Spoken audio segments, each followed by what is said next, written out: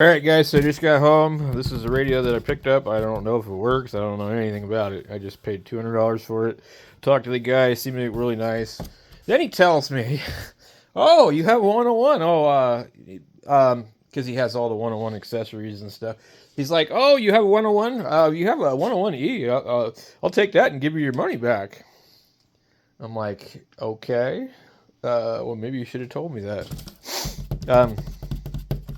At any rate, I'm sure it probably works. I don't know. He said he bought it brand new.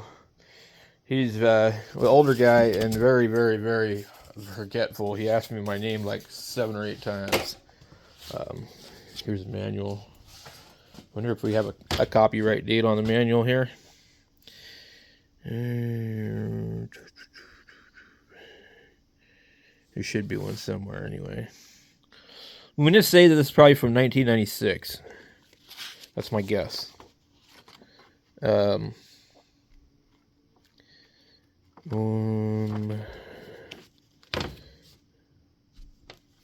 it newer? 2003. Well, that's the book's from 2003. It means this is probably from somewhere around that time period. I'll have to look that up. It looks just like my 1000's all scratched and, you know, I don't know if that stuff will come off. It's probably pretty dirty. He put it in some other kind of box, which kind of looks like a box out of another radio box. But I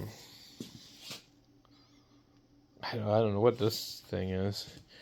Guy also told me he orders like lots of things on eBay. So, but he said he bought this new. Anyway, let me get it out of the box here. By the way, I put this 901 over here. And so I think I gotta pull that shelf, but the 901 over there. I lost a screw to one of these. I lost that screw. I'm gonna have to find it. It's over here somewhere, so I'll find it and get that back together. Now this has got to be the weirdest cord I've seen in a while. So normally they would have 2 wires here and 2 wires there, and then it would come into one. And I don't know if these are just smaller gauge, but it's got 4 wires, kind of like Kenwood used to do. And it all go like that. It's like, what is this from? A 1000D maybe? The guy had lots of different radios. So hopefully it's a good one. Really kind of a weird box. It almost looks like a radio box. Look at this microphone. But it's going to be one of the older ones, so it probably sounds good. So we'll have to see about that. So here is the radio in all its glory. Quite dirty. Supposedly his daughter tested it. I don't know what radio he has now. He said he had a 1000 MP Mark V.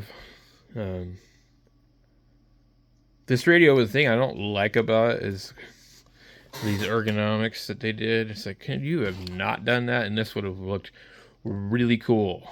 Just put a completely square display. So this is kind of an odd shaped radio. Like, more like they were like, hey, Kenwood made this really ugly radio called the TS2000. Let's see if we could kind of make something that looks similar. So,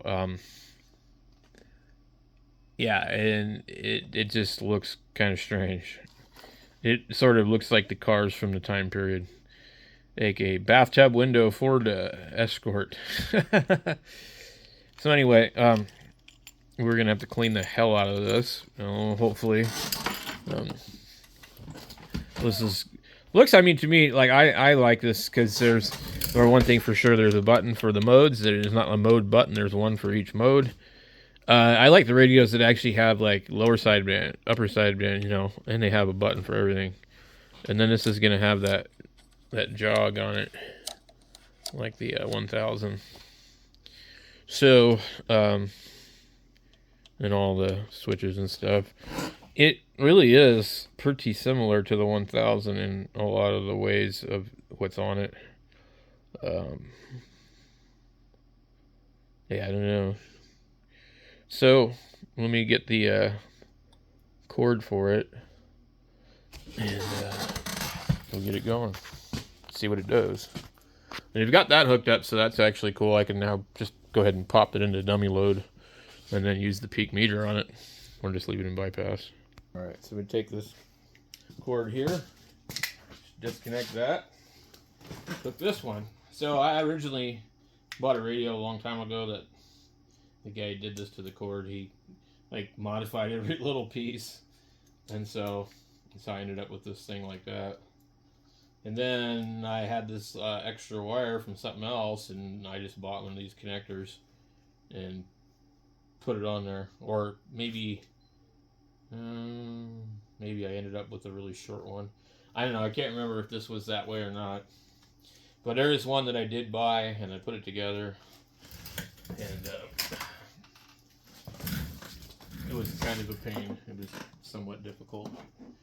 We need to get into here. We'll undo that one. This is going to be the old HF6. Let's have a look on the back here. Let's see, what do we have? So let's bring it around. Get the weird chicken wire. I don't know what this is. Probably come off.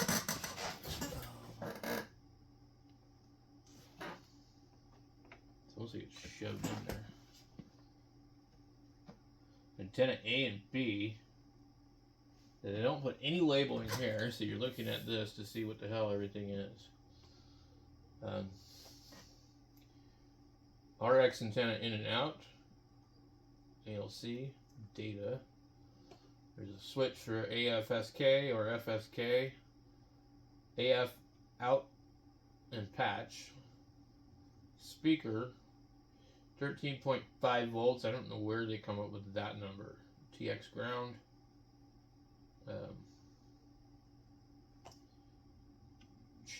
TR or RY.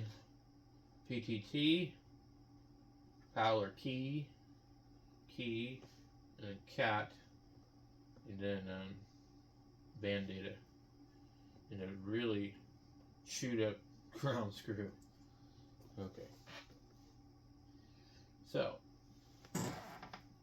it looks really funky on the back.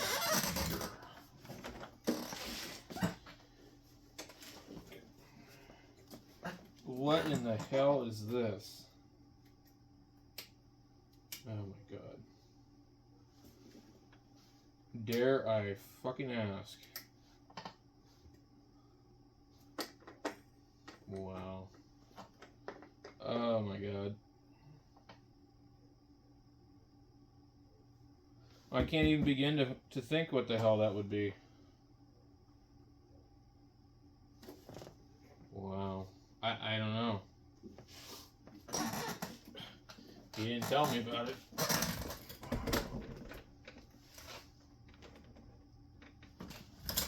I'm about to have to take a break here in a second because my toothache is coming back really bad.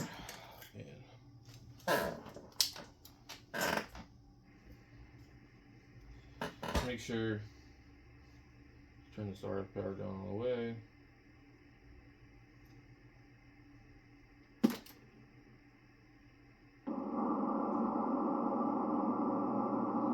Okay. I'm going to be back in a little bit. I'll make another video. I've got really bad tooth pain.